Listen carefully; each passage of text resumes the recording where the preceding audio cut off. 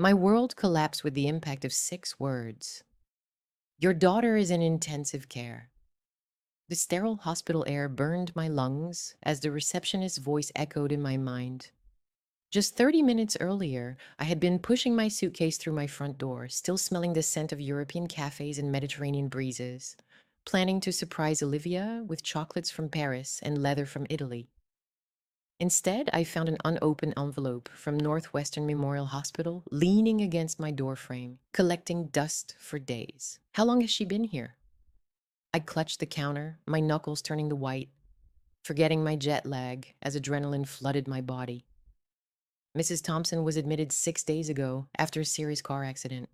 The receptionist's calm, professional voice only made my growing panic worse. The ICU was on the 4th floor. 6 days. My only child had been fighting for her life for 6 days, and I'd been taking selfies at Trevi Fountain completely unaware. The elevator to the 4th floor felt endless. My thoughts darted around, more anxious with each second. Why hadn't Blake called me? I had given both of them my international contact details. Could something have happened to him as well?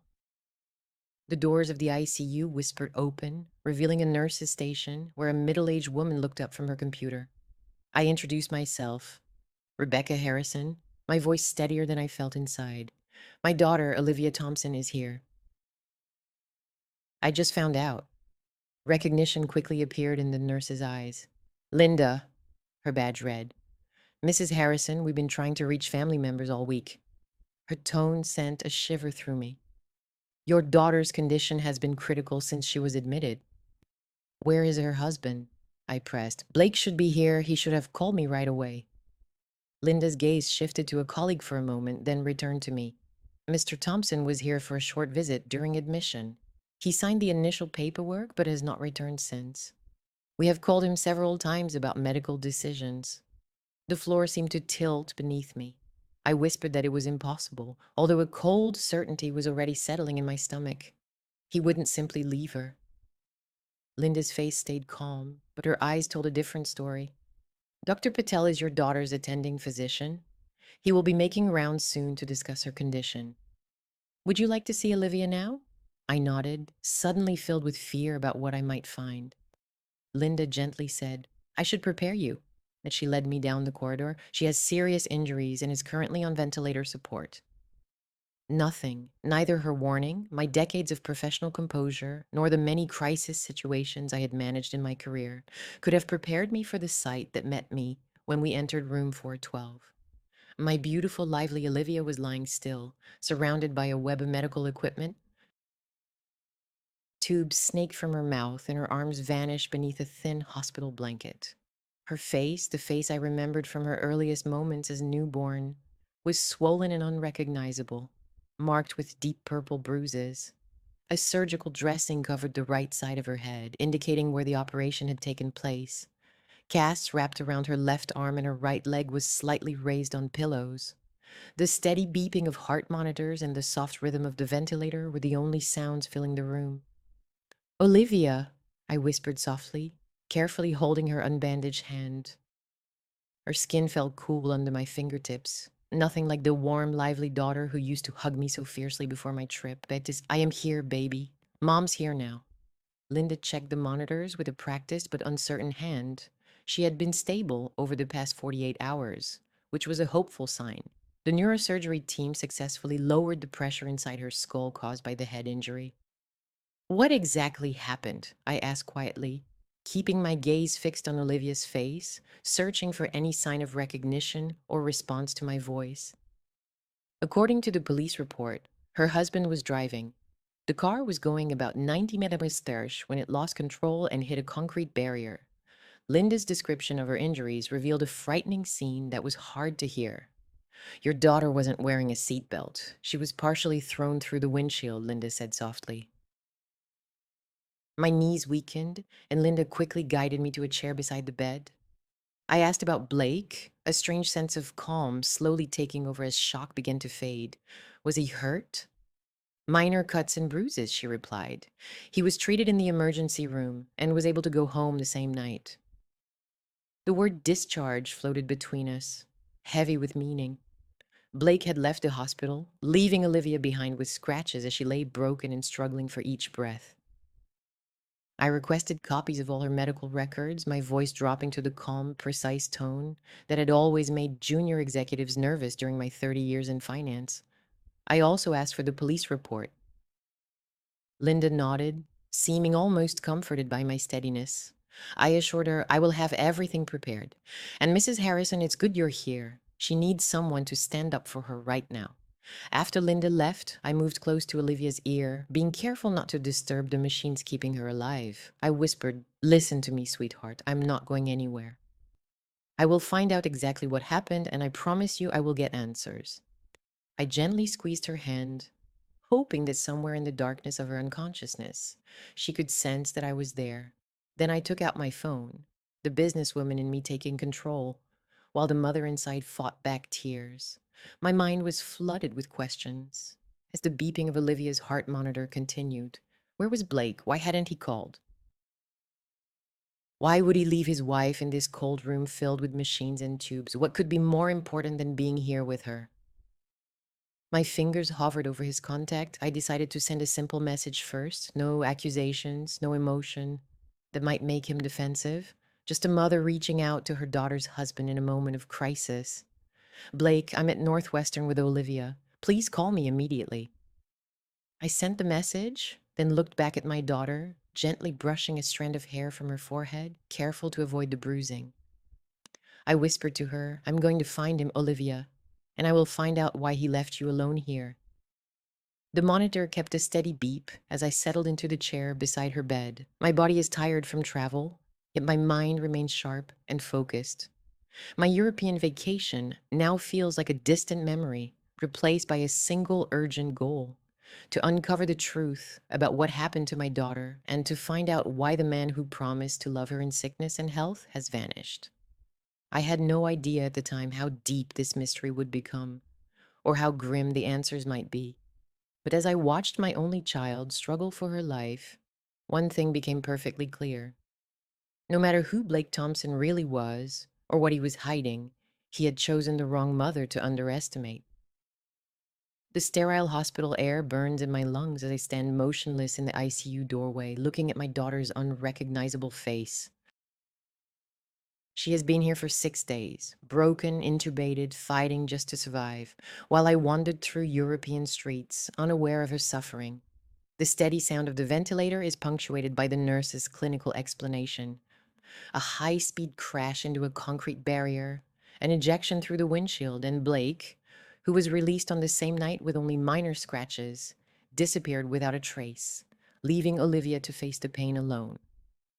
As I hold my daughter's cold hand, something deep and primitive stirs inside me. The mother whose child is hurt, the hunter whose prey has shown himself. Every beep from the heart monitor sharpens my concentration. Each sound from the ventilator strengthens my determination. The questions keep coming, growing more urgent with each moment. Where is he? Why did he leave her? What could be more important than staying at her side in her time of need? I don't have answers yet. But as I send that first message to Blake, I silently make a promise to my unconscious daughter: I will find him. I will uncover the truth. And if he has betrayed her trust, heaven help him when I do. Hours into my vigil at Olivia's side, Blake still hadn't responded to my message. Each passing moment strengthened my suspicion that something was seriously wrong. The husband, who had tearfully promised to love and care for my daughter in sickness and health just 8 months earlier, was nowhere to be found as she struggled for her life. Dr. Patel, a neurosurgeon with gentle eyes and a straightforward manner, had come and gone explaining Olivia's injuries in painful detail. Traumatic brain injury needing surgery to reduce pressure, a punctured lung, lacerated liver, a break in the right femur, and several fractured ribs. The long list of injuries made my stomach turn, but his cautious hope about her chances of recovery gave me something to hold on to. She is young and was in excellent health before the accident. He reassured me that these factors greatly improve her outlook, although her recovery would take time. When he left, I turned my attention to the pile of papers Linda had given me. Police reports, medical records, and insurance forms. The clinical language could not hide the true, terrible truth. Blake had been driving at 93 mmPh in a 45 mmPh zone. His blood alcohol level was 0.11, which is well above the legal limit. He walked away with only minor cuts, while my daughter nearly died. Then he disappeared. Mrs. Harrison. Linda appeared in the doorway. There's an officer here who wants to speak with you. He was the first responder at your daughter's accident. Officer Ramirez was sturdy, serious, with a weathered appearance that suggested he'd seen too many preventable tragedies. He explained that they had been trying to contact Blake for more questions about the crash. We have good reason to believe, Mr. Thompson, that he was texting at the time of the accident in addition to being under the influence. He said quietly but firmly, the angle of impact indicates he wasn't paying attention to the road for several seconds before the collision. A wave of white-hot rage swept through me. Have you filed charges? We are working on building a case for reckless endangerment and possibly vehicular assault. His disappearance makes things more complicated. Officer Ramirez hesitated. Mrs. Harrison, do you have any idea where your son-in-law might be? I shook my head and then paused. Not yet, but I plan to find out. After he left, I continued my careful investigation. I tried calling Blake again, but it went straight to voicemail. I also checked the location sharing app Olivia had set up for family emergencies. Blake's phone location was turned off. Next, I opened my banking app. As a wedding gift, I had added Olivia and Blake to one of my accounts, giving them access to emergency funds if needed. I looked through recent transactions, searching for any clue about Blake's whereabouts. What I discovered stopped me in my tracks. A series of large withdrawals and charges had started exactly one day after Olivia's accident. Hotel charges in Miami, restaurant bills exceeding $1,000, a yacht rental company, designer boutiques, and cash withdrawals totaling more than $15,000. While my daughter lay unconscious, her husband was out spending freely in Miami. My hands trembled with anger as I opened Instagram and looked for Blake's account. He rarely posted, preferring to enjoy life in the moment, as he often said. But maybe his friends weren't quite so careful. I didn't have to look long. Blake had been tagged in several photos posted just hours earlier by someone named Trent Lockwood. The pictures showed a luxury yacht with people laughing, holding champagne flutes. Blake appeared multiple times, right in the center of the photos, with his arm around a woman in a bikini, someone who most certainly wasn't my daughter. His face was unmarked, except for a small bandage above his eyebrow, the only sign of the crash that had caused Olivia's injuries. The caption read, "Living the dream with the boys. 3 days have passed without any sign of slowing down. Yacht life, Miami living, feeling blessed. It's been 3 days." He'd been partying nonstop while Olivia fought desperately for her life.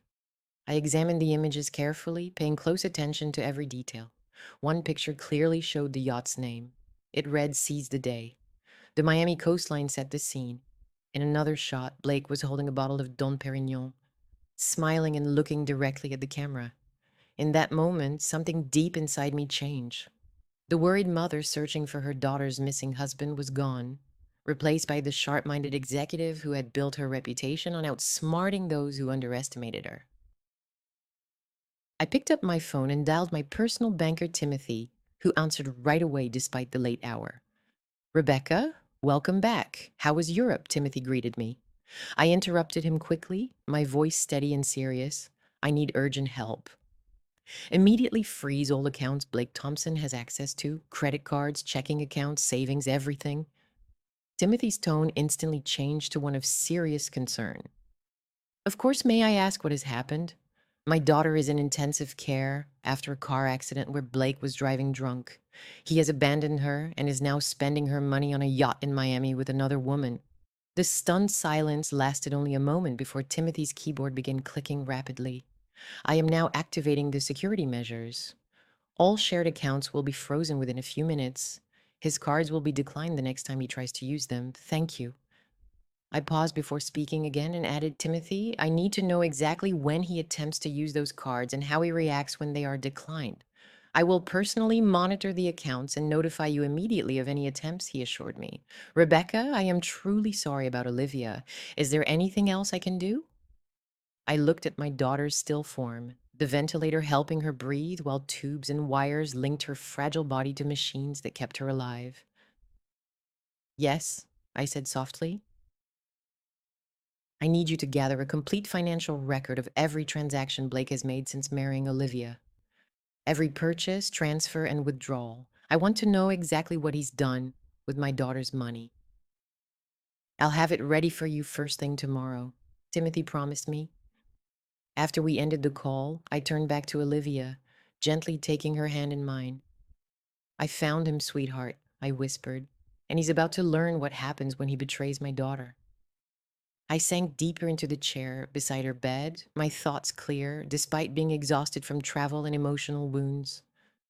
Blake Thompson was enjoying his expensive champagne on a luxury yacht, convinced his wife was safely unconscious and his mother-in-law was abroad. He had no idea that his light-hearted celebration was about to end in a very dramatic way.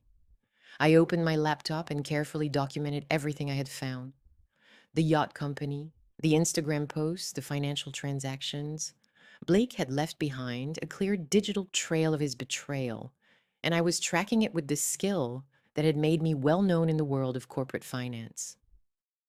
The ventilator hummed steadily as I worked, each breath it gave my daughter fueling my resolve. Blake would regret the day he thought my Olivia and I were disposable. The police report plainly laid out the frightening truth in black and white. Blake was drunk, probably speeding, perhaps texting when he crashed. But that betrayal was small compared to what I uncovered next. While Olivia was fighting for her life, her husband was enjoying himself on a Miami yacht, his arm around another woman, champagne flowing freely, spending my daughter's money as if it was nothing. The photos on Instagram reveal the truth his absence tried to hide. Blake has not been missing, he has been celebrating. With calm, calculated precision, honed from many years in finance, I make a single call that will break his carefree world. As I lock down every account he can access, I think of my daughter's broken body and silently vow that this is only the beginning of what I will take from him. The champagne in his glass now will be the last he enjoys at my daughter's expense. Soon his cards will be declined, his access will be cut off, and the luxury he borrowed will vanish into Miami's humid air, and he won't realize yet that the person behind his downfall is sitting just a short distance away in a hospital room, only beginning what's to come. Exactly 57 minutes after I froze his accounts, my phone rang. Blake's name lit up the screen, and I briefly offered a cold, steady smile before answering. Rebecca Harrison, I responded quietly, as if this were just a regular business call. Rebecca, what exactly is happening? Blake's voice was thick and slurred, with background noise indicating he was still on the yacht. My cards are being declined, all of them. Are they? I kept my tone calm, almost inquisitive. How unfortunate for you. Did you do this? Confusion shifted to suspicion. You can't just... I am sitting beside Olivia's hospital bed. I interrupted each word with precision, like a surgical tool. She's on a ventilator, Blake. Do you understand what that means? A machine is helping her breathe because she cannot do it on her own. Silence settled on his end, interrupted only by faint sounds of laughter and music in the distance. I can explain, he finally managed, his voice dropping into a secretive whisper. This trip, it's not what it appears to be. I needed to clear my head after the accident. The trauma of everything. Spare me, I cut in. I've seen the Instagram photos. Your trauma resembles a lively celebration, with champagne flowing and another woman on your arm. Those are simply friends. Officer Ramirez is searching for you, I continued, as if he hadn't spoken. Something about driving while intoxicated, reckless endangerment, maybe even vehicular assault.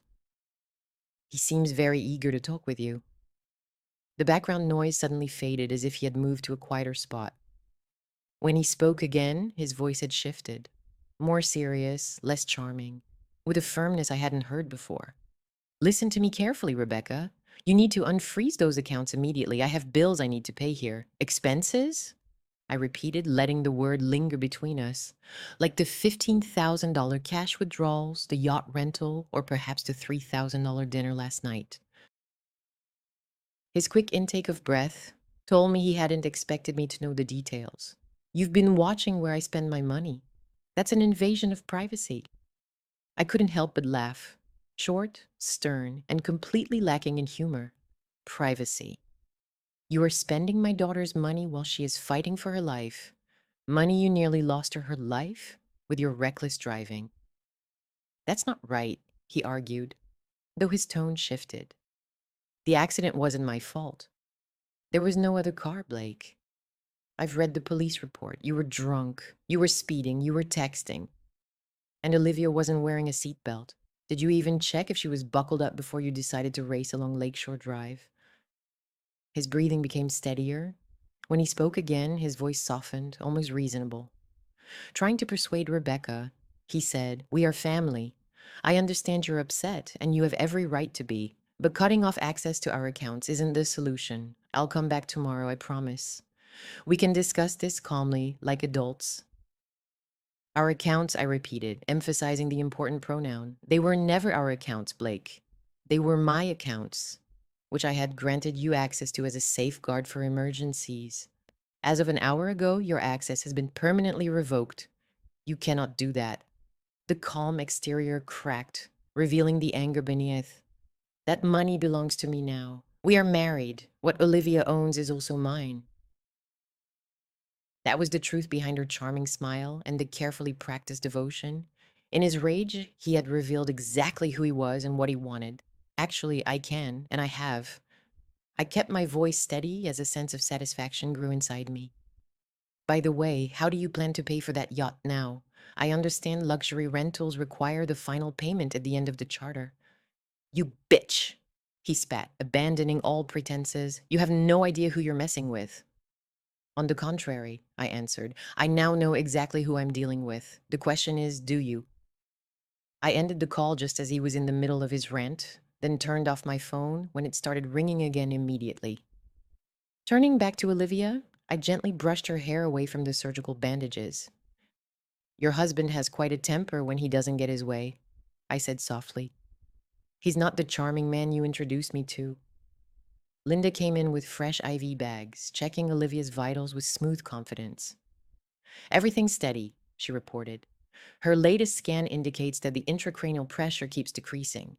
Dr. Patel is cautiously hopeful. Thank you, I replied, feeling a small spark of hope for the first time since I arrived at the hospital. Linda, if a man named Blake Thompson tries to call or visit, please inform security right away. He is not allowed any contact with my daughter. Linda nodded, appearing professional yet understanding. I will make a note in her file and notify the security desk. Family-only visitation, restricted access. After she left, I reopened my laptop and refreshed the banking website. Timothy had worked quickly. A detailed report of Blake's spending habits since marrying Olivia 8 months ago appeared securely in my messages.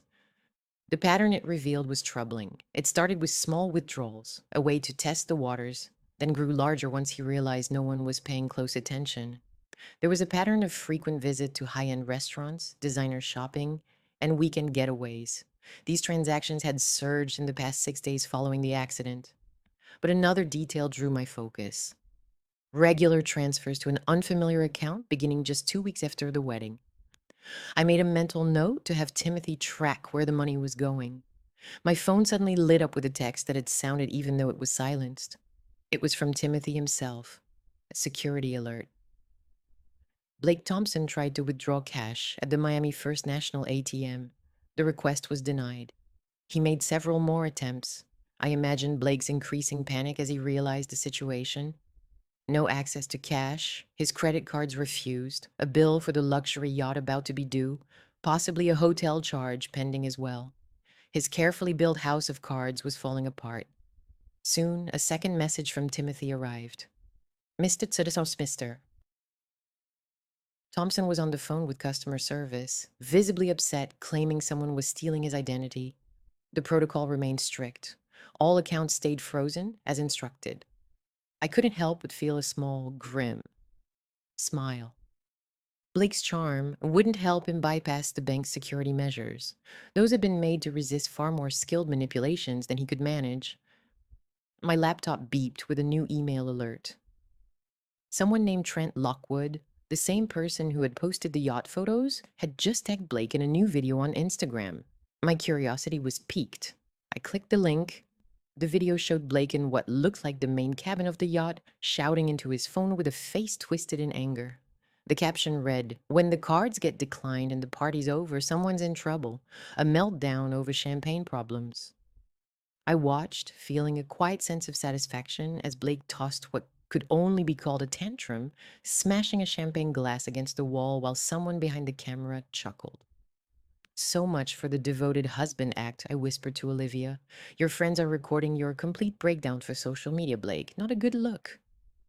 I downloaded the video and stored it in my growing collection of evidence. Then I sent a quick message to Officer Ramirez, informing him that Blake Thompson was on a yacht called Seize the Day in Miami. The ventilator continued its steady sound as I leaned back in the chair beside Olivia's bed. Stage 1 of my plan was done, cutting off Blake's financial resources. Stage 2, involving legal actions, was now underway, and I was just getting started. Morning arrived at Northwestern Memorial Hospital as the nurses changed shifts. I sat in the recliner beside Olivia's bed, nodding off now and then, waking each time her monitor's rhythms changed or when medical staff came in to check her vitals. Linda finished her night shift with a gentle update.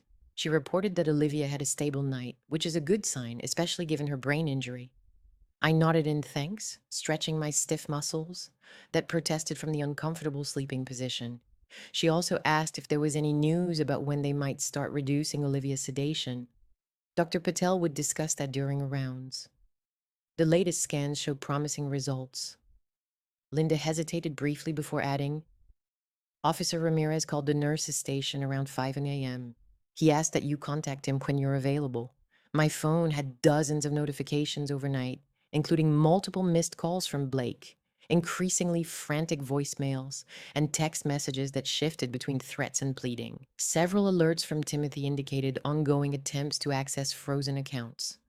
Most notably, there was a series of notifications from social media where Blake's yacht incident had unexpectedly gained attention. After freshening up in Olivia's private bathroom and grabbing some blessed coffee from the nurse's lounge, I called Officer Ramirez. "Mrs. Harrison," he responded promptly, "I wanted to update you on the situation with your son-in-law." "You found him?" I asked, stepping into the hallway to avoid disturbing Olivia. "Miami-Dade police had contacted Mr. Thompson last night aboard the yacht you identified. They couldn't arrest him immediately on our charges due to jurisdictional rules, but they did let him know he's wanted for questioning in Chicago, so he's still at large," I stated calmly for now. "However, there has been a change." Ramirez's tone shifted to one of satisfaction. "It appears Mr. Thompson was unable to pay for his yacht charter. When the company tried to process his final payment card this morning, it was declined. All his other payment methods were also rejected." I couldn't help but smile quietly. How unfortunate it truly was for him. The charter company has filed charges against him for theft of services. Miami authorities are now actively searching for him again, as he apparently left the marina sometime during the night. So it seems he's on the run. That was my impression. We have flagged his passport in case he tries to leave the country, though it doesn't seem very likely given his financial situation. Ramirez paused. "Mrs. Harrison, I should warn you. People in his position often try to contact family members for help. If he reaches out, he already has. I told him several times. I have no intention of helping him avoid accountability."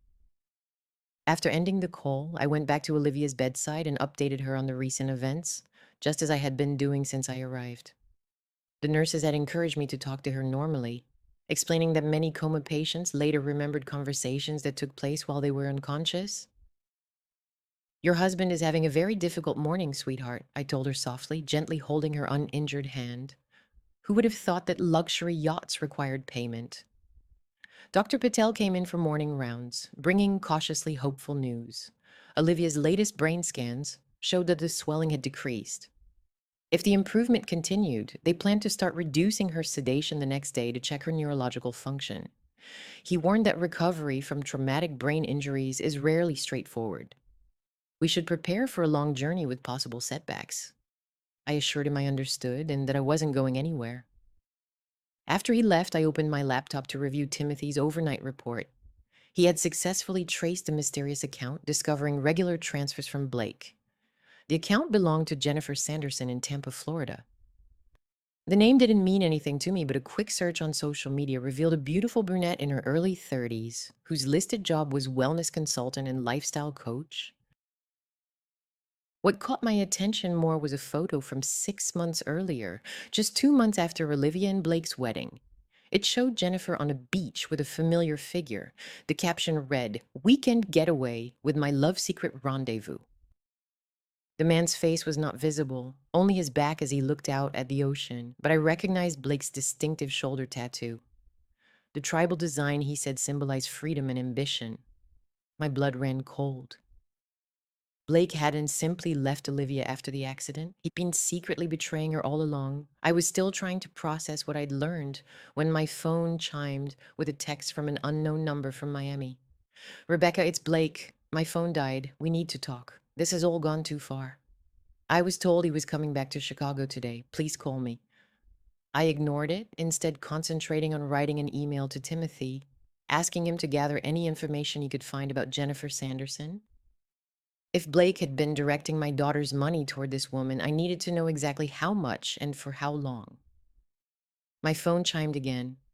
"I know you're reading these. Look, I made mistakes, okay? But cutting me off entirely feels too harsh. I just need access to at least one card so I can get home to Olivia. Don't you want me there with her?" The nerve was staggering. After leaving her alone for 6 days to go partying in Miami with another woman, probably more than one if Jennifer Sanderson was anything to judge by, he was trying to seem like the worried husband, desperately wanting to be with his wife again.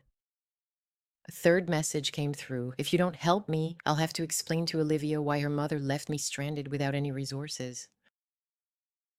"Is that what you want? Her to wake up and find out you tried to ruin our marriage?"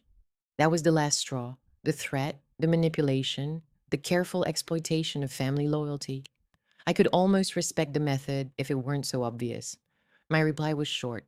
"Officer Ramirez is eager to discuss your case involving driving under the influence and reckless endangerment. I recommend you visit the police station in Chicago before returning home. If you need assistance, Jennifer Sanderson in Tampa might be able to help." His response was immediate. "Who is Jennifer? What are you referring to?" I didn't bother replying. Instead, I forwarded our entire text conversation to Officer Ramirez, including Jennifer Sanderson's contact details and proof of Blake's ongoing infidelity. The morning wore on, with medical staff regularly checking on Olivia's condition. Physical therapists gently moved her limbs to prevent muscle weakening. Respiratory specialists fine-tuned the ventilator settings. Each interaction highlighted the seriousness of her injuries and the challenging recovery that lay ahead. Recovery that Blake had clearly had no intention of supporting until his financial access was cut off. Shortly after noon, Timothy called with another update. "Rebecca, Blake Thompson just tried to use his secondary credit card, the one he kept in Olivia's name, but that you weren't aware of until yesterday." I stepped into the hallway again and prompted him. "We disabled that card too, of course." But here's the interesting part. He was attempting to buy a one-way ticket to Cancun, Mexico, not Chicago. So much for his text about rushing back to Olivia's side. "Can you send me the details?" Already done. I've also taken the liberty of notifying the airline security team, since using Olivia's credit card while she's incapacitated could be considered potential fraud. "Thank you, Timothy," I said with genuine appreciation in my voice. "You've gone above and beyond. It's the least I can do." My sister experienced something similar with her ex-husband. His voice grew a little colder. Men who exploit women deserve everything that is coming to them. After I finished the call, I stood in the hospital corridor, watching the medical team rush past. Blake wasn't just a careless husband who made a terrible mistake. He was actively trying to run away from the law, using my daughter's credit card to escape the fallout of nearly causing her harm. The phone in my hand vibrated with another message from Blake, this time filled with threats. "You've made a serious mistake," I replied coolly. "I have rights to that money as Olivia's husband. My lawyer will put an end to your financial interference." I watched his empty threats with a grim smile. Throughout my 30-year career in finance, I had faced off against corporate raiders and hostile takeovers from men far more powerful and cunning than Blake Thompson. His legal bluster was as empty as his promises to Olivia had been. When I returned to my daughter's room, I saw Linda getting ready to finish her shift. Dr. Patel scheduled another scan for this afternoon, she told me. If the results keep showing improvement, they will start to reduce the sedation tomorrow morning. Thank you for everything, Linda, I replied with sincerity. Your care for Olivia has been exceptional. After she left, I eased back into the chair beside my daughter, gently holding her hand. I spoke softly to her. I'm discovering some difficult truths about your husband, sweetheart, but don't worry, I'm managing it. By the time you wake up, you'll be safe from anything he might try next. The ventilator kept its steady rhythm as I reopened my laptop, preparing for the next step in breaking down Blake Thompson's carefully built facade. On the third day of my watch in the hospital, I saw the first real change in Olivia's condition. Dr. Patel and his team carefully began reducing her sedation, observing closely for any neurological responses as the strong medications gradually left her system. This will take some time, he warned as he examined her pupil's response to light. The brain slowly regains consciousness after an injury. Don't expect her to wake up right away, I responded, having spent the night reading about traumatic brain injuries and recovery times. What should I keep an eye out for? Spontaneous movements, irregular breathing, eye movements, even brief ones. Should I report anything unusual immediately? Throughout the morning, I was torn between watching Olivia and going through the mounting evidence against Blake. Timothy had gone above my expectations, giving me a detailed report that revealed a troubling side of the man my daughter had married. Blake Thompson's financial betrayal was much deeper than what appeared in his post-accident spending. For the entire 8 months of their marriage, he had been systematically draining money from their joint accounts. Initially, small transfers were made to test the waters, gradually increasing as his confidence grew. Jennifer Sanderson was not his only side relationship. Timothy had identified 3 different women who received regular payments from Blake, each living in a different city. One was a wellness coach in Tampa, another a yoga instructor in Phoenix, and the third a personal stylist in Nashville. Each of these women was connected to Blake through distinct but traceable financial transactions. The most troubling discovery was that Blake had taken out a $500,000 life insurance policy on Olivia just 2 months after their wedding, with himself listed as the sole beneficiary. The policy offered double indemnity for accidental death, a detail that sent a shiver down my spine when I remembered the high-speed crash Blake had survived, with barely a scratch. I was in the process of compiling these findings into a report for Officer Ramirez when my phone rang. The call was from an unfamiliar number in Chicago. Mrs. Harrison, this is Detective Morales from the Financial Crimes Unit. Officer Ramirez recommended I reach out to you regarding your son-in-law, Blake Thompson. I sat up straighter in my chair. Yes, Detective, how can I assist you? We've been looking into Mr. Thompson for several weeks on unrelated issues. The information you provided about his time in Miami has been helpful in understanding the situation. Her tone was professional, yet I can sense her genuine interest. I understand you have restricted his access to family accounts. Yes, I have. After learning he left my seriously injured daughter to go partying in Miami, I took measures to safeguard her assets. That was a wise decision, Detective Morales nodded. Mrs. Harrison, would you be willing to come to the station when it's convenient to give a formal statement? It seems Mr. Thompson's activities may involve more than just marital issues. I hesitated and explained, I can't leave my daughter right now. She's in critical condition, and today they're starting to reduce her sedation. I understand fully. I'd be happy to come to you if that suits you. The information you've collected might be very important for our investigation. We arranged for her to visit the hospital that afternoon. After ending the call, I turned back to Olivia, watching closely for any signs that she might be waking from the drug-induced coma. The police are very interested in your husband, sweetheart, I told her, continuing our one-sided talk. It appears you weren't his only victim. A nurse I hadn't seen before, her badge read Sophie, entered to check Olivia's vital signs. She encouraged us to talk to Olivia as much as possible, adjusting an IV line. Familiar voices can help guide patients as the sedation wears off. I've been telling her everything that's happening, I admitted. though I wonder if learning about her husband's betrayal is really what she needs right now. Sophie's hands paused for a moment. You'd be surprised what patients think about as they wake up.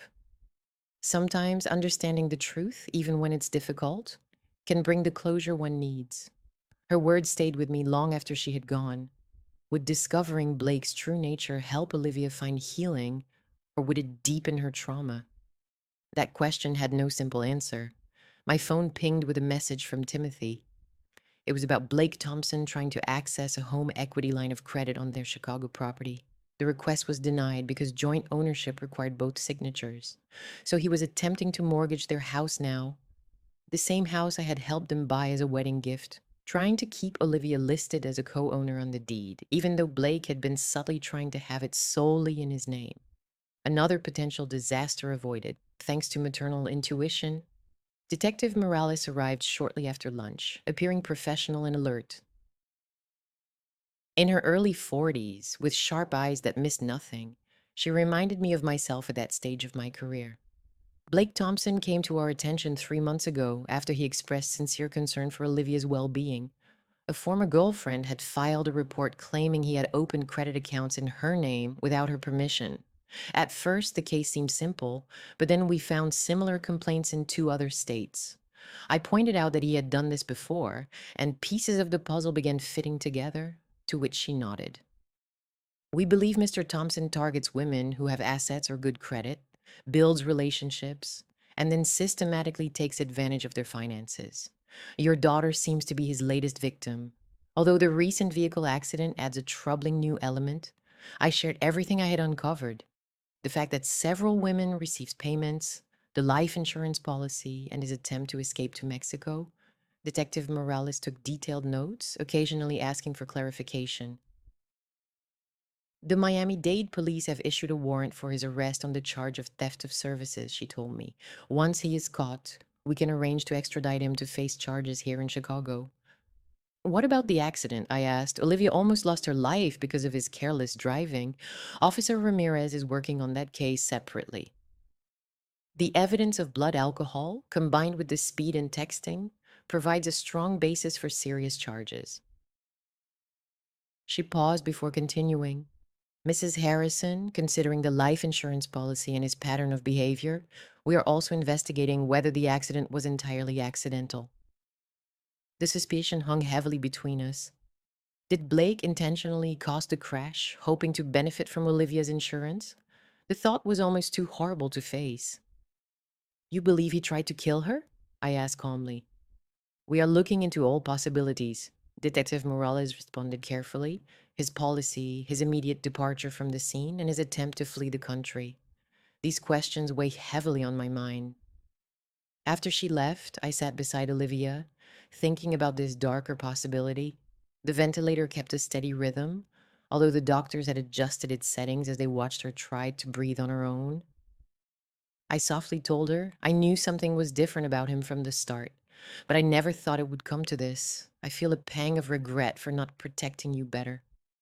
Suddenly, a slight twitch of Olivia's fingers against mine made my heart race. I kept a close watch, wondering if I had imagined it, but then it happened again, a faint but clear pressure against my hand. Olivia. I leaned in slightly and gently squeezed her hand. Can you hear me, sweetheart? No response came, but I immediately called the medical team. Dr. Patel said it was a good sign, although he warned not to get ahead of ourselves.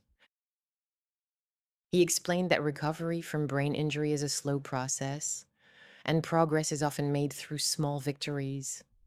This is a positive sign, but patience is still necessary. That evening, as I got ready for another night, sitting in the uncomfortable recliner, my phone rang with an unfamiliar number. I thought it might be connected to the investigation, so I answered. A woman's hesitant voice came through. You don't know me, but I think we need to talk about Blake Thompson. Who is this? I asked immediately, feeling alert. My name is Melissa Winters, she continued.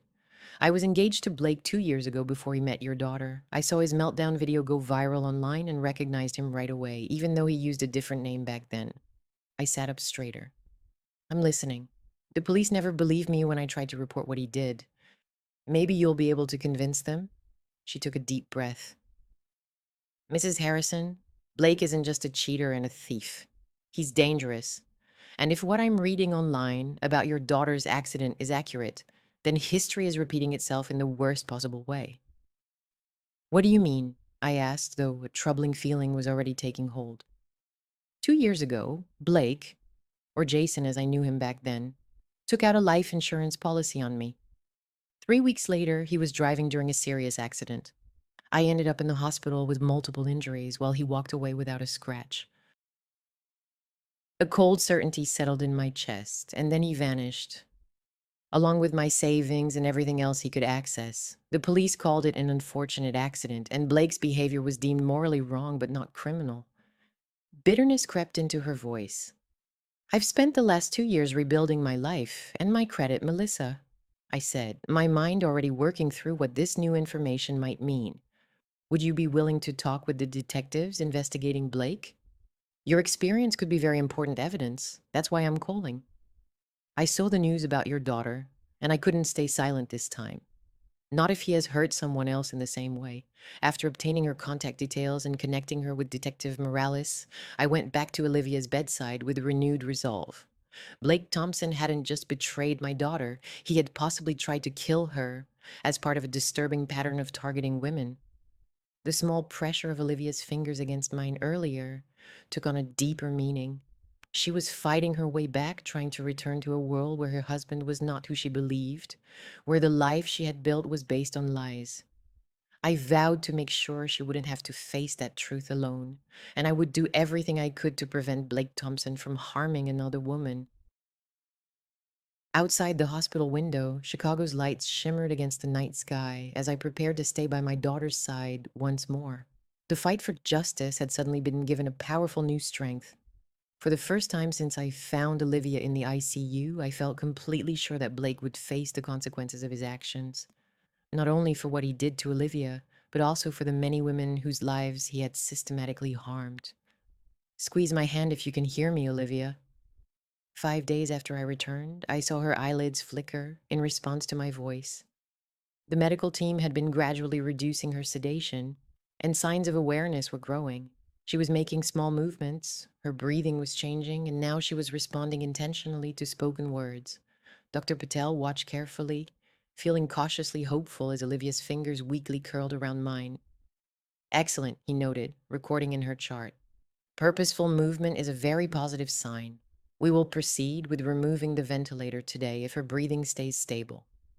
The wave of emotion nearly overwhelmed me. After days of uncertainty, I watched machines breathe for my child. This simple act, squeezing my hand, felt almost miraculous. As the doctor stepped out, my phone buzzed with a message from Detective Morales. Thompson had been found and detained in Key West, trying to board a private boat to the Bahamas. He was being held first for Miami-Dade charges, then for extradition to Chicago. I would provide an update once the transfer was arranged. Blake's frantic escape had come to an end. After the incident on the yacht and a credit freeze, he apparently convinced someone to drive him to Key West, where he tried to bribe a fishing boat captain to take him to the Bahamas. The captain, recognizing Blake from news reports about the viral meltdown video, had alerted the authorities. They've caught him, Olivia, I told her, continuing our one-sided conversation, now more and more likely to be overheard. Blake won't hurt you or anyone else again. Throughout the day, Olivia showed more signs of beginning to come back to herself. By evening, the respiratory team had successfully taken out the ventilator and replaced it with supplemental oxygen through a nasal cannula. Watching her breathe on her own for the first time in nearly 2 weeks brought tears to my eyes. That night, as I dozed in the recliner beside her bed, I was awakened by a gentle whisper, "Mom." I sat up quickly to find Olivia's eyes open, confused but clearly aware. The moment I'd been praying for had come suddenly and unexpectedly. "I'm here, sweetheart," I said softly, taking her hand. "You're in the hospital. You've been unconscious for almost 2 weeks." Her brow furrowed as she struggled to speak. "Accident?" "Yes, the car crashed. Do you remember anything?" I asked gently. She closed her eyes, showing signs of tiredness even after this brief exchange. Blake was driving fast, arguing, and then nothing. They had been arguing. A new piece of the puzzle finally fell into place. Rest now, I soothed her, pressing the call button for the nurse. I'll be right here when you wake up, as medical staff hurried in to assess her awakening. I stepped into the hallway. Emotions finally overwhelmed my carefully kept composure. My daughter was awake again. The journey to recovery was still long, but this important first step gave me fresh hope and resolve. Blake Thompson may have taken many things from Olivia, but he wouldn't take her future too. Not while I had any say in the matter. I sent a message to Detective Morales with the update. Olivia was awake and talking. She remembered arguing with Blake before the crash. I told him I would send more updates as she regained more memories. His reply came quickly. Perfect news on both fronts. Thompson was being processed in Miami, and evidence was piling up every day. We would talk soon. Justice was coming, and Olivia was awake to witness it. He said I was holding him back. 3 days after she woke, Olivia's voice grew stronger, though it was still a bit hoarse from the intubation. We sat in her hospital room, now adapted for her recovery, with the head of the bed raised and fewer wires connecting her to monitors. Physical therapy equipment was set up, ready for her long journey of rehabilitation to begin. Blake kept talking about a promising real estate opportunity in Miami. She continued, her fingers absent-mindedly tracing the edge of her blanket. Someone he met at a networking event was offering him a partnership. He wanted me to sell part of my investment portfolio to fund it. I stayed calm, listening patiently as she shared the story at her own pace. Fragments of memories started to come back, some clear, others blurry and all painful. I refused, Olivia said, a hint of her natural strength shining through. I told him the numbers didn't add up and that I wouldn't put our security at risk on another one of his sure bets. He became so angry. Mom, I'd never seen him like that before. What happened next? I gently prompted when she fell silent. We were driving home from dinner. He had been drinking and constantly checking his phone. I remember telling him to slow down. Her voice wavered. He said something like, "You never support me and then go even faster." I was scared. I recall reaching for my seatbelt and then everything went blank until I woke up here.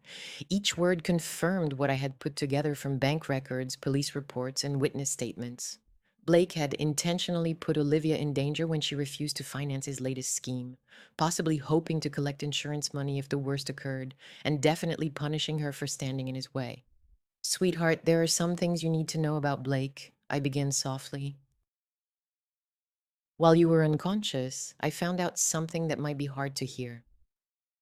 Over the next hour, I carefully explained what I had uncovered: the financial abuse, the other women, the life insurance policy, and his abandonment after the accident.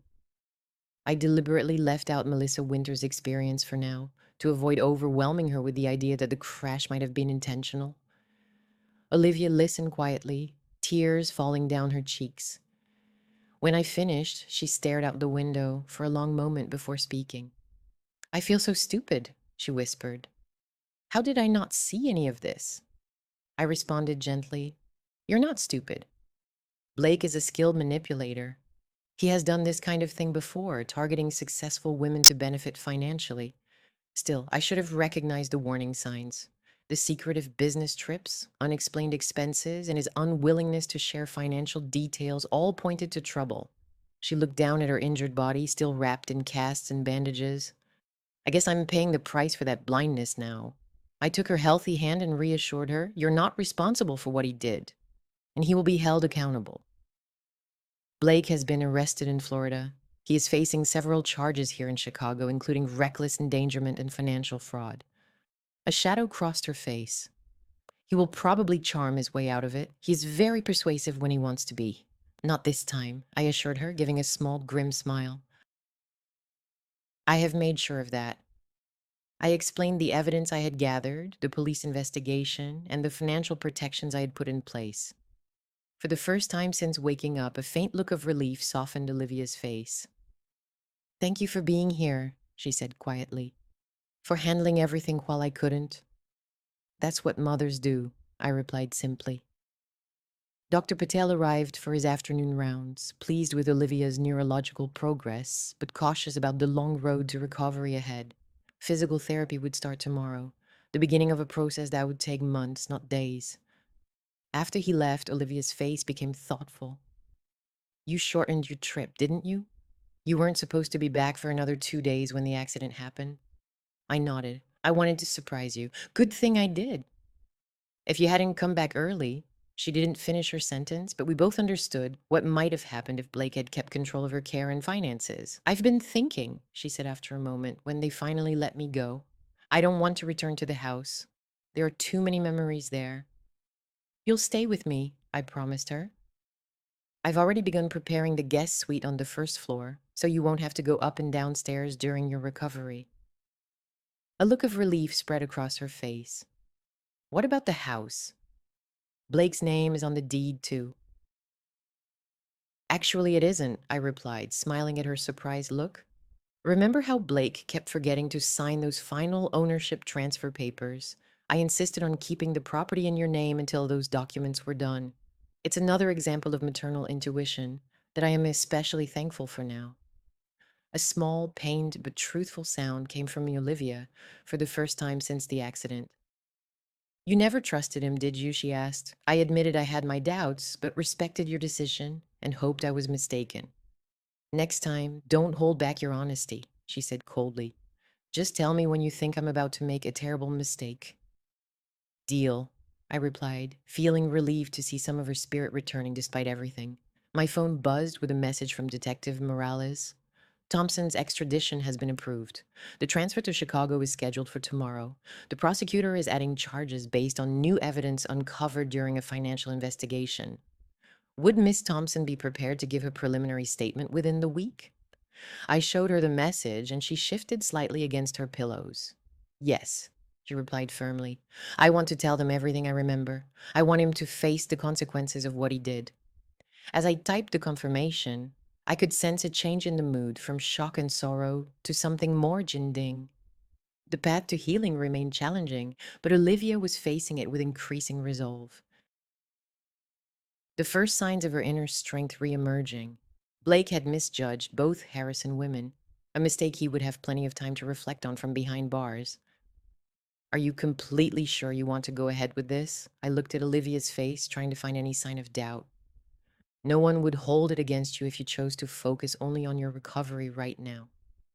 2 weeks after regaining consciousness, Olivia sat in a wheelchair beside me in the small conference room the hospital had provided for this purpose. Although she had made significant progress, breathing on her own, starting physical therapy, and largely keeping her cognitive functions, she remained physically fragile, her body still healing from terrible injuries. Her expression, however, was firm and full of determination. I need to see him, Mom. I need him to look me in the eye after everything he did. Detective Morales had arranged this controlled meeting at Olivia's request. Blake, now in custody in Chicago, had agreed to the encounter, probably hoping to sway Olivia back into his favor, not realizing she now knew the truth about everything. Remember, this is being recorded, Morales reminded us from near the door. Anything said can be used as evidence. I'll be here the entire time. Olivia nodded, adjusting the light blanket that covered her legs. The surgical cuts, casts, and visible bruises clearly told the story of Blake's reckless actions more clearly than words could. When the door opened and officers led Blake inside, I felt Olivia grow tense beside me. He looked very different from the charming son-in-law I once knew, unshaven, hollow-eyed, with his usual confident posture replaced by slumped shoulders. The orange jumpsuit made the change complete, transforming him from a successful real estate broker into a criminal defendant. His eyes widened in surprise at the sight of Olivia's injured condition, and a brief flicker of genuine shock crossed his face before he quickly masked it with a look of practiced concern. Liv, he said softly, his voice seemingly rehearsed with emotion. My God, I've been so worried. They wouldn't let me see you. Olivia didn't say anything. She simply watched him with such intensity that it seemed to unnerve him. This is all a big misunderstanding, he continued, looking at both of us. Rebecca, you have to believe me. I was overwhelmed with fear after the accident.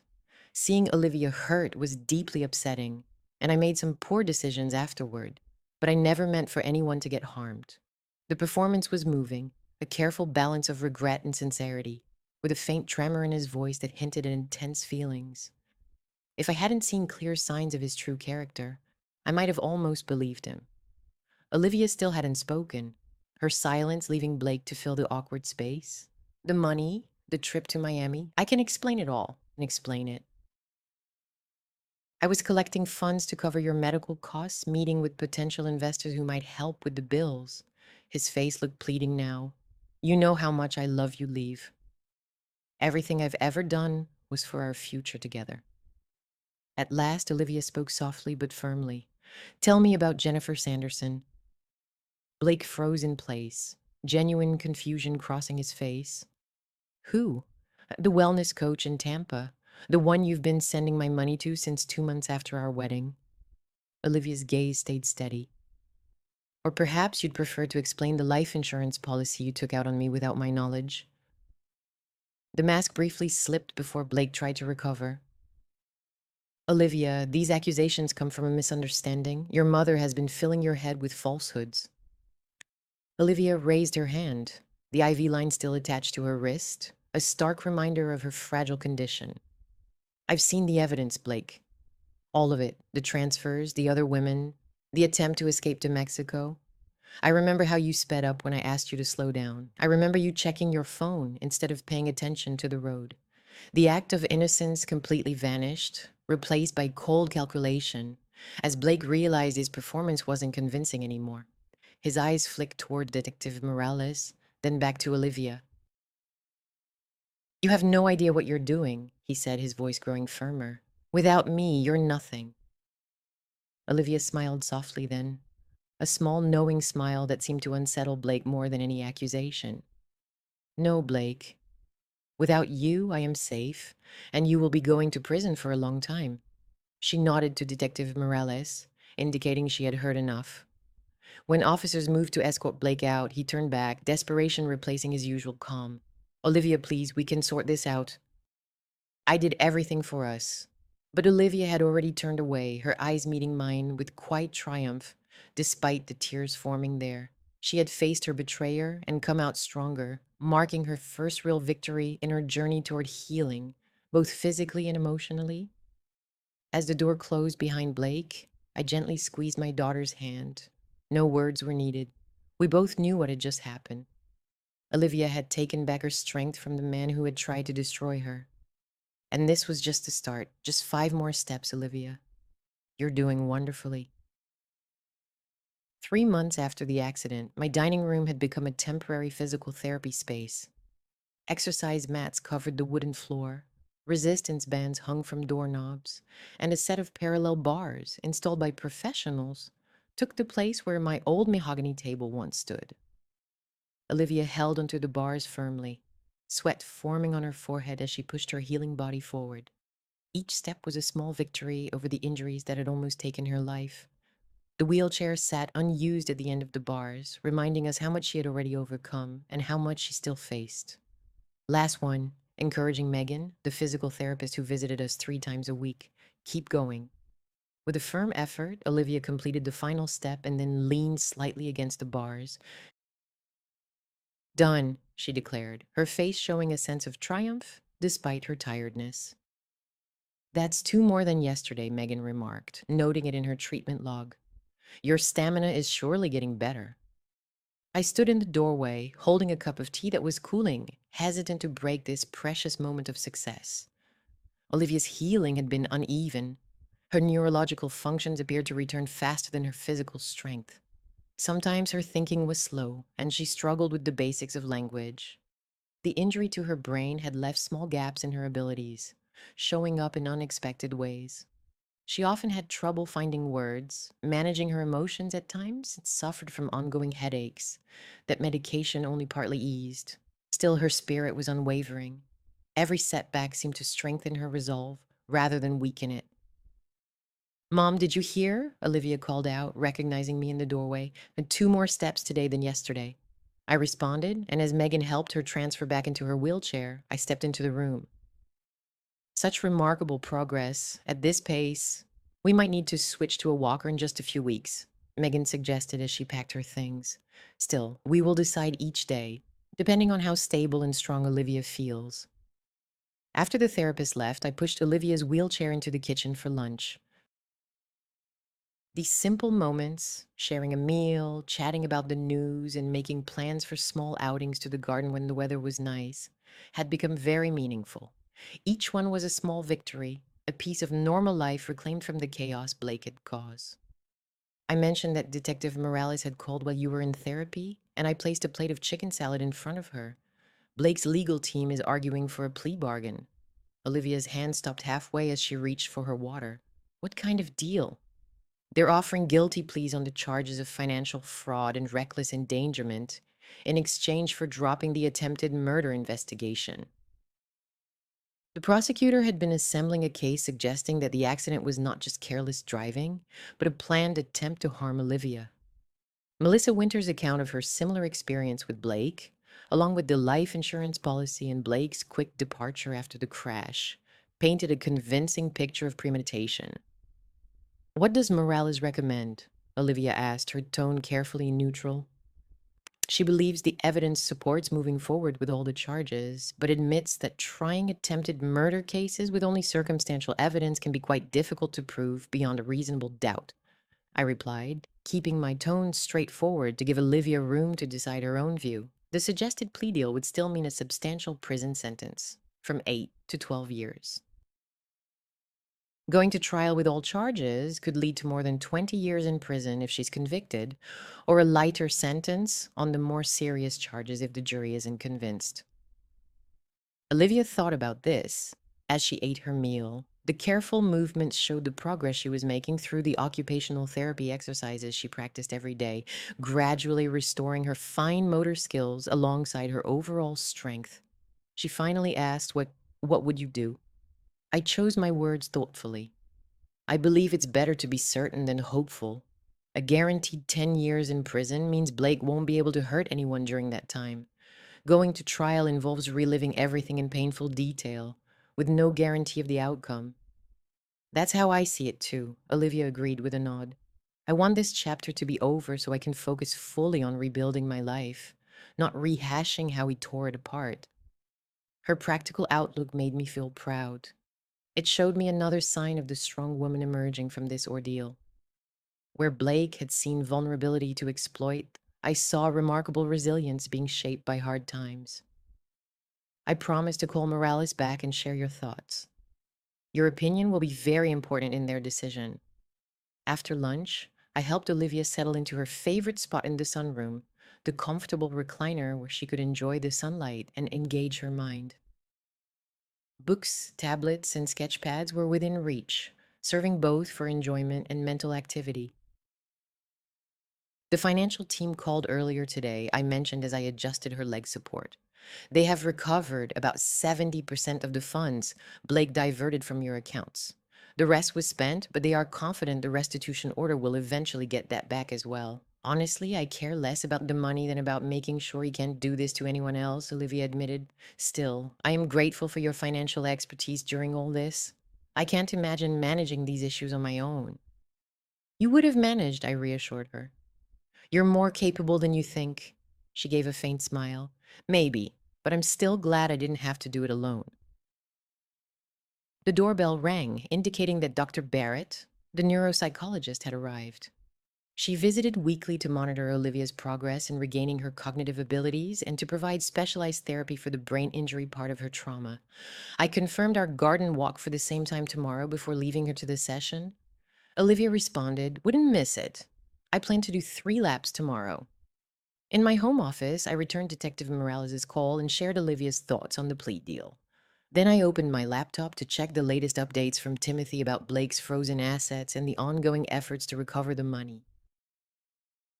A notification appeared in my email inbox. The prosecutor's office confirming that Blake had accepted the plea agreement, 10 years in prison with the possibility of parole after 8 years, restitution orders for the full amount he stole, registration as a financial offender upon his release, and restrictions on certain financial positions he can hold in the future. Not perfect justice, perhaps, but it carries significant consequences for a man who had likely never faced any before now. I sent the confirmation to Olivia's tablet with a short note. It's done. His sentencing is set for next month, but you won't need to be there unless you want to. Love, Mom. Her reply arrived a few moments later. Thank you for everything. I decided to spend that day in physical therapy instead, choosing to invest in my future rather than dwell on his past. The wisdom in that reply brought tears to my eyes. Despite all that Blake had done, the physical injuries, the financial abuse, and the deep betrayal of trust, he had failed in his most basic goal. He hadn't broken Olivia's spirit.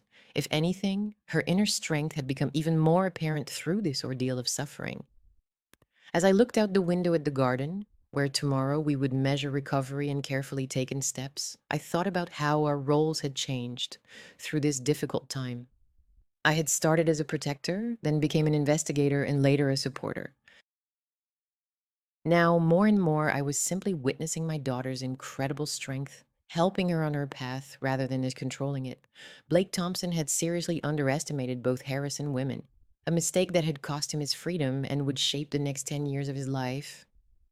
For Olivia and me, however, our focus stayed fixed on healing, rebuilding, and taking back the future he had tried to take from us, one step at a time.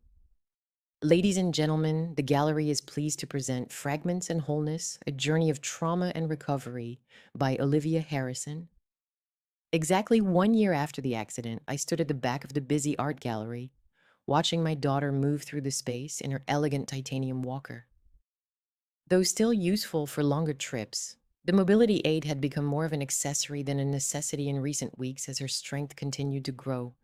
The exhibition marked both physical progress and emotional milestones. Olivia's first professional art show and a public declaration of her identity separate from the trauma that nearly took her life. The paintings around us told her story, the dark, fractured images gradually giving way to brighter compositions, where broken pieces came together to form new, stronger shapes. Mom, come meet the curator, Olivia called, spotting me across the room. Her voice, once weakened by ventilator trauma, had returned to its natural tone. She's interested in bringing the exhibition to New York next spring. I moved through the grateful crowd, noticing the red sold dots already beside several artworks. The money raised would be donated to a foundation Olivia had started to help survivors of intimate partner violence and financial abuse, transforming her difficult experience into a source of hope and positive change. Mrs. Harrison welcomed me warmly. Your daughter's work is extraordinary. The technical skill is impressive, but it's the emotional depth she captures that makes these pieces truly special. I replied with a gentle squeeze of Olivia's hand. Thank you, I said. I couldn't agree more. Later, as the evening's successful opening came to a close, we shared a quiet moment in front of the main piece of the exhibition, a large canvas called Awakening, showing a woman emerging from broken darkness into bright light. Olivia softly told me, I couldn't have done any of this without you, not just the practical support during my recovery, but also the way you showed me what true strength looks like. I responded, you always had that strength inside you. I just helped remove the obstacles so you can see it in yourself. Either way, I am thankful. She shifted her position, still careful to keep her weight balanced, as her right leg occasionally complained about standing for so long. Have you looked at the reviews online? People are describing the exhibition as a strong reminder of resilience and are being honest about trauma without letting it define the art. My pride grew, not just because of the artistic achievement, but because of what it meant emotionally. Olivia had turned her experience around, transforming pain into creativity and trauma into a way to connect with others who could benefit from hearing her story. The foundation received 3 important donations during the opening, she added, checking the notification on her phone. One of them was from Timothy's Bank for their community outreach program. Timothy had been a loyal supporter throughout the past year, always helping Olivia regain her financial independence with the same unwavering commitment he showed when he first froze Blake's access on that desperate day. His bank's donation to her foundation marked a full circle moment neither of us could have foreseen amid the hospital monitors and ventilator alarms.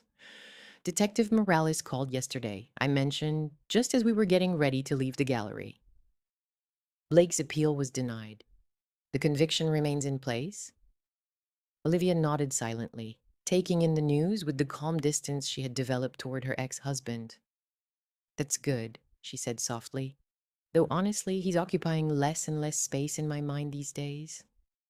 Perhaps this is her biggest victory, Blake's decreasing importance in her present and future. Outside, Chicago's spring evening greeted us with a gentle warmth. Olivia had made enough progress in her physical therapy to walk the 3 blocks to the restaurant where we had a dinner reservation. I walked beside her, matching my steps to hers, ready to help if needed, but not interfering. Do you remember what you told me in the hospital after I first woke up? She asked as we waited at the traffic light, about how you promised to make sure Blake would never hurt me or anyone else again. I recall it, I said, remembering those difficult early days when anger and the instinct to protect had driven everything I did. You kept that promise in ways I couldn't have imagined back then. She shifted her walker slightly to get more comfortable. But what I've come to see is that the strongest form of protection wasn't freezing his bank accounts or collecting evidence for the case. Oh, I said, raising an eyebrow, curious about where her thoughts were headed. It was clear to me that his betrayal didn't define who I am, that I could lose what I thought was love and still remain whole. That recovery is about more than just regaining what was lost. It is also about discovering what might be gained. Her eyes, clear and focused in a way that neurologists had once cautiously hoped for, met mine directly. She showed me how to fight without becoming bitter and how to seek justice without letting it consume me. The light shifted, and together we crossed the street, moving forward in harmony, as we had throughout this unexpected chapter of our lives. The exhibition catalog arrived this morning, Olivia continued. I had been saving this surprise, but I can no longer wait. She took a shiny booklet from her bag and opened it to the dedication page. For my mother, Rebecca, who taught me that our greatest strength often comes from our deepest wounds. Your fierce love and steady presence turned a nightmare into a path forward. This journey of broken pieces coming together again belongs to both of us. Emotion tightened my throat as I read her words, recognizing in them the remarkable woman my daughter has become, not despite her trauma, but through consciously blending it into a deeper, more compassionate understanding of life's fragility and strength. You know, when I returned early from vacation that day, I had no idea what was in store for me. I reflected as we continued on our way to the restaurant. All I had wanted was to surprise you with Italian leather and French chocolates. Instead, you found yourself managing financial battles from a hospital chair. Olivia laughed, her voice free and sincere in a way that hadn't been possible during those difficult early days. Maternal instincts often surprise us in unexpected ways. I nodded with a smile. At the restaurant, we were directed to a private table that overlooked the river. The waiter presented champagne with a flourish. To mark the success of your opening, Miss Harrison, as we raised our glasses, I looked at my daughter's face in the gentle glow of the light. The scars on her body had faded over time, thanks to excellent medical care.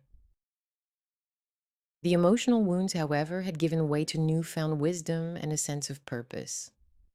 What still remained was fundamentally Olivia, but she now carried new depths, stronger, more deliberate, and deeply connected to her true self, as the pieces of her life came together to form wholeness. She toasted, her words reflecting her commitment, and I added, "And to new beginnings," as I gently clinked my glass against hers. Outside, Chicago's evening pace carried on, unaware of our small private celebration. Inside, we shared a quiet victory over a journey neither of us had planned, but both had faced with everything they had. My fierce protectiveness and strategic thinking, her unwavering determination and creative spirit. Together, our resilience had overcome a man who had underestimated us both. Blake Thompson sat in a prison cell, his plans shattered, his freedom lost. But Olivia Harrison stood at the start of a new chapter, her art recognized, her foundation helping others, and her future now in her own hands. And I, the mother who had come back early from vacation only to find a nightmare rather than a reunion, had uncovered depths of fierce love and careful determination I hadn't known I had. Some battles are chosen by us, others are forced upon us without warning. But the greatest victory isn't in defeating the enemy, it's in refusing to let them destroy what matters most. As we enjoyed our meal and made plans for the next exhibition, that victory surrounded us, complete and undeniable. The courtroom was filled with tense, expectant silence. Every seat was taken, with reporters and spectators lining the walls, all eager to see justice finally served. Olivia sat beside me in the front row, her cane placed quietly against the bench. She appeared delicate to anyone who didn't know her well, but I understood the strength it took for her to be here today. The surgeries, the sleepless nights, and the difficult physical therapy session that gradually restored her broken body. When Judge Williams entered the courtroom, a hush spread across the room. He adjusted his glasses, his eyes fixed firmly on Blake Thompson. "Mr. Thompson," he began, his voice clear and steady, "this court has carefully considered overwhelming evidence of your crimes: fraud, identity theft, reckless endangerment, and financial exploitation. You risked your wife's life in a high-speed crash, left her in the ICU, and tried to make money off her pain. These acts show a pattern of predatory behavior that this court cannot and will not tolerate. As a result, you are sentenced to 25 years in Stateville Correctional Center. You will be eligible for parole after serving 15 years." The sentence hit him like a gunshot. For a moment, Blake sat there, frozen, as if he couldn't grasp that his carefully built world of deceit had finally fallen apart. His once smooth face crumpled in disbelief. The cameras clicked rapidly, recording the moment a conman realized his scam was over. Olivia's hand reached for mine. Tears shimmered in her eyes, not from weakness, but from relief. She softly whispered, "It's really over." As we descended the courthouse steps, the press surrounded us. "Mrs. Harrison, what is your message?" "Olivia, what do you want women watching to understand?" Olivia paused, her cane tapping against the concrete, her voice calm and confident. "Never ignore your instincts. Never think you are powerless, and never let anyone tell you that you don't deserve better. If it happened to me, it could happen to anyone, but you can rise again." Cheers erupted around us. The camera flashes created a bright white blur, yet I saw it clearly. The spark of inspiration lighting women's eyes throughout the crowd. 18 months later, I found myself in a very different setting, the visiting room at Stateville Correctional Center. The fluorescent lights buzzed loudly, their glare bouncing off scratched tables and sturdy plastic chairs. Blake entered quietly, dressed in his usual blue uniform. His broad shoulders seemed to have shrunk, and his once perfect hair was now uneven. His familiar smile had lost its brightness and had a yellow tint. The eyes that once had the power to influence both boardrooms and personal lives now looked tired and empty, signs of a man who had learned the hard way that charm meant little behind bars. "Inmate 47291, the guard called out. Blake sat across from me, refusing to meet my gaze. "Why are you here?" His voice was simple, without the bravado he once carried. I responded calmly, "I came to remind you that you didn't win. You didn't break Olivia. You didn't break me. You made us stronger than you ever expected." For a moment, his facade slipped. I saw fear, not of me, not even of the prison, but of losing significance. Blake Thompson, once eager for attention, was now just another forgotten man, trapped behind walls meant to erase him. I prepared to leave, leaning in close enough for only him to hear. "You wanted power, now you have none. You sought freedom, now you live in chains. You hoped for wealth, and now you're broke. That's what you've left behind, Blake. Nothing." I didn't look back as I walked away, but our story didn't end with his imprisonment. Olivia's recovery was a slow journey neither of us could have faced alone. There were nights when she woke up screaming from nightmares of broken glass and squealing tires.